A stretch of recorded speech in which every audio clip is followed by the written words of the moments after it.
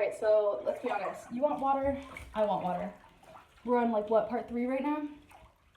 I'm turning bright red. Part of me wants to add cold water, though I know, no. And I know that you want me to open my eyes. Okay, can you not see how not clear the water is? Okay, so it's somewhat clear, right? But there's tons of magnesium in this bathtub. I mean, did you not watch the first video? I mean, you really honestly want me to open my eyes in that? What, are you a masochist? Probably. Alright, bear with me. Need a blow.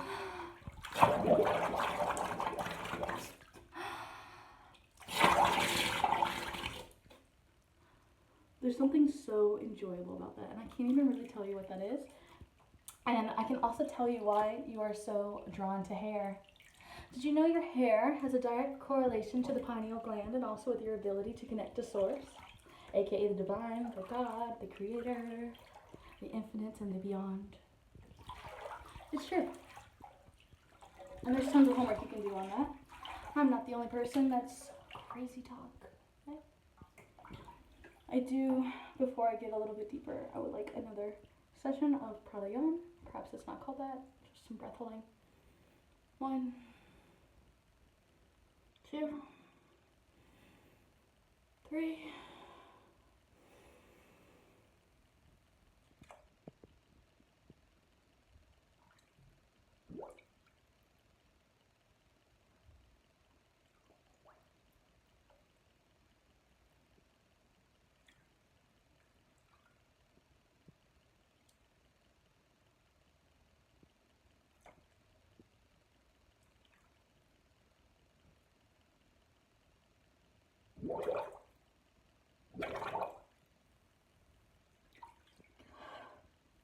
In many ways, I've always felt like I am being suffocated, like I am not allowed to share my message, or it is forbidden, or there will be consequences held against me. And I've just reached a position in my life where, frankly, I won't let you hurt me. You can try, you can make me bleed, you can take things away from me, though I know the power and my truth that I will accomplish what I'm here to do. And should you choose to attempt to stop me, there will be repercussions. And I know I will be back, because I always come back. Perhaps my soul is tired, and perhaps I will take a couple generations break, though I know this is not my last time. Now I'll go a little bit deeper and share with you some more vulnerable truths about my own personal experience that I can share with you as well. My third gift is in my sacral chakra, which is funny, because that's ruled by sexuality. And it's ruled by Archangel Ezekiel. So I definitely need to do more homework on him. I have an amazing book on spirits, so I definitely look forward to going into that. And I'm going to go a little bit deeper into this in a moment too, actually, because I'm having some visions that I'd like to share with you that are actually rather personable. So this is about creativity, manifesting into the physical plane. It's on fire in there. There's so much excitement, and I do know that this is connected because I actually recently had a session with a woman who put crystals all over me, and frankly, I never publicized it. So perhaps today it's important for me to share a picture of her and the woman that I worked with, because you might want to try something like that too with her. I remember it being rather pricey. It might have been $250 or something like that, okay? And I know that seems like a lot of money.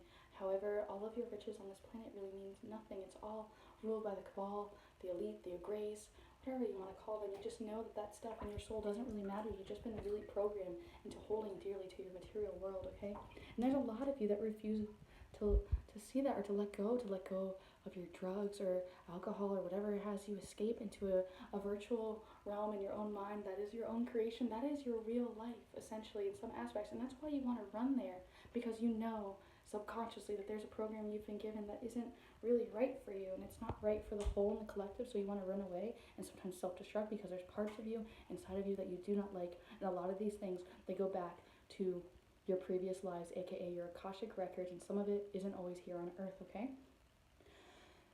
A lot going on. It's all good inside my sacral, okay? I have a healthy sacral, and it spins in all the right ways. I'm a visionary, I'm very creative, and it helps me manifest. I'm a master manifester. I've kind of known that all my life. I even manifest bad things, which is this is probably about to get into that. The challenge is make sure you're not manifesting what you don't want. I know that a lot of you have this gift too, and you don't recognize it. It's scarily good at manifesting.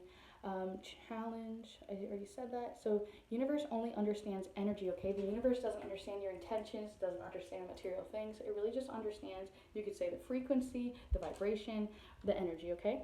So, you have to be diligent of your thoughts and of your energy. Self control is most important, okay? Apparently, my sacral is singing, and that's why it's important for me to do dancing, singing, hands on things, and I'm a great leader. I've kind of known that, and I've kind of been suppressing my power because it does not make me feel comfortable, especially knowing how much is going to be pressed against me because I've already experienced so much that has been pressed against me in this own personal lifetime, which frankly hasn't been the most enjoyable ride. Though, no disrespect to my parents, they have been great people. I love them very much, I always will, and I hold a deep space inside my heart for all of them. Even the ones that aren't really talking to me, I can still feel your energy, and I'm here to show others that you do not have to sacrifice abundance in order to be spiritual, okay? That's an old way of life. You do not have to let go of the things that matter to you in order to have a spiritual life. The universe itself is abundance. Be humble and abundant. There's no lack or need to go without. I apologize, I'm having a hard time reading some of this.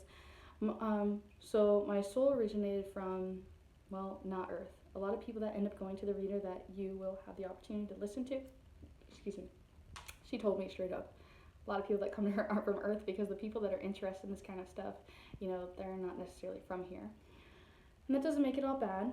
So I'm from 3 different planets when my soul was originating. The first one is Polaris, which apparently is the North Star.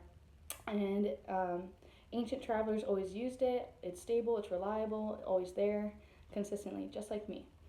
So the challenge is my loyalty. I have to create healthy boundaries because many times there are things that are not for my greatest good, and I should not stay in situations or jobs longer than I should, kind of thing, which I have done countless times, you guys, because my loyalty. So I have to bring awareness if I truly want to be here, okay? And that doesn't just mean here on Earth. It's just like wherever I choose to put myself, just make sure that I'm aware that I have the power of choice to walk away, just like I have the power to leave this bathtub right now, should I choose, right? Which I kind of would like to take a little bit of a break out of here so I can actually put my hand on my book, and I'm going to take my towel, wipe my face with it. Sometimes it's really refreshing just to do that as well. And so now I'm going to pick up my book, and I'll show you the book that you'll be looking for. Okay? Let's see how much deeper I can go a little bit, okay? I'm trying to slow down while simultaneously also keep you up, if that makes sense. I'm here to teach humanity about unity, healing, divisions, leadership. I'm naturally good at it. It comes up time and time again under almost every aspect that she had come under, okay? I'm here to teach us all. We come from the same place and we want the same thing. I'm going to cheat and hold this up here. I need a break. Okay. Now, the North Star energy. My book has water on it, so some of the things are getting erased. Okay. Luckily, I still have the reading for myself, so perhaps that's something I'm not meant to share. There's something about staying grounded and rigid and stubborn, not dynamic, can lead to imbalance in the chakras. However, I'm very grounded and yearn for the connection that's not on Earth. I really do. However, she had a vision of me where I'm barefoot and flowers are sprouting up where my feet touch, so I'm very deeply connected to the Earth. I very much so love the Earth. And I'm also very connected to the ley lines, so whenever a earthquake or tsunami or just anything happens, I feel very unsettled. It doesn't matter where it's happening, I just feel it and I know it. I know it before, I can feel it after, and because tap into that energy, okay? And it's great to take time to hold space and give thanks and meditate and love to the earth and to pay attention when these things are happening, so that way I can kind of share that space with her. And I'm also, the second place I come from is called Alpha Centauri, Centauri. And now this part is a neighboring star system that um, sees themselves as self-appointed guardians of the earth, warriors, protectors of the earth, very loyal, self-sufficient, hardworking, place an importance on efficiency and practical approach, and practical and logical when needed, highly developed and intellectual individuals, more comfy in mental than emotional, so a lot of times I will push away my emotional aspects of myself, and I don't let myself feel. I may cry easily and tend to let it out when it's not mine, like in the middle of a movie when things are suddenly arised. And it's good to tap into my shadow, my emotions, the things that I try to hide from you and everyone else, right? And weakness is not wanting to look at it. So has trouble accessing and letting go, or letting self free fall into emotion. I come off as uncaring and unattached, and I basically just have a more analytical approach to things. And I have a unique energy field, and it says not for physical connection. Have to make the cut, okay? So like I don't want a lot of people touching me, and a lot of people call this Asperger's, autism. You know, it's I no, stay away, okay? There's only select people that I allow inside my sacred space, and I'm not just like I don't hug and hold everyone, though I do enjoy healing, so I do come into contact with a lot of different people, and I always have my entire life, even when I was a child. And I like to keep my energy pure and clean. Sometimes I'm a loner, but it's important. And I have to be aware of when I'm in a romantic relationship of that type of thing, that basically like I need to learn to basically be more affectionate, to let more people in, you know. And I have an affinity for technology, hence my exploration here and all the different levels that you know of me in the intergalactic internet world, or whatever you want to call it, okay? The next one is Mintaka. It's not a planet, it's a star in Orion. It's the third star in Orion's belt, which is kind of funny because that was the first constellation I ever learned, and my father pointed it out to me. And I'm going to get a little bit deeper into all of that information a little bit later, should I remember that information, okay? I hope I took notes on that. There are some things that are personal about me that I would like to share, however, I may not be meant to share with them. You know where I'm angling at, right?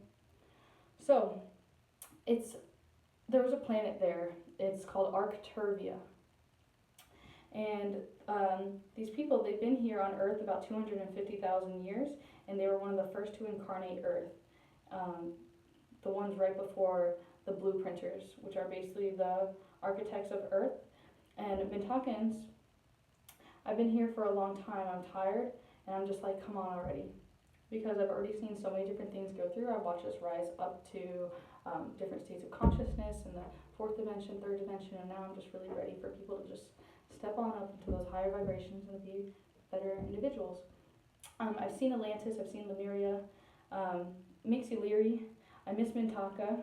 It's a utopian water world, and it's no longer inhabitable. And my soul knows this, so I'm homesick for a home I haven't remembered.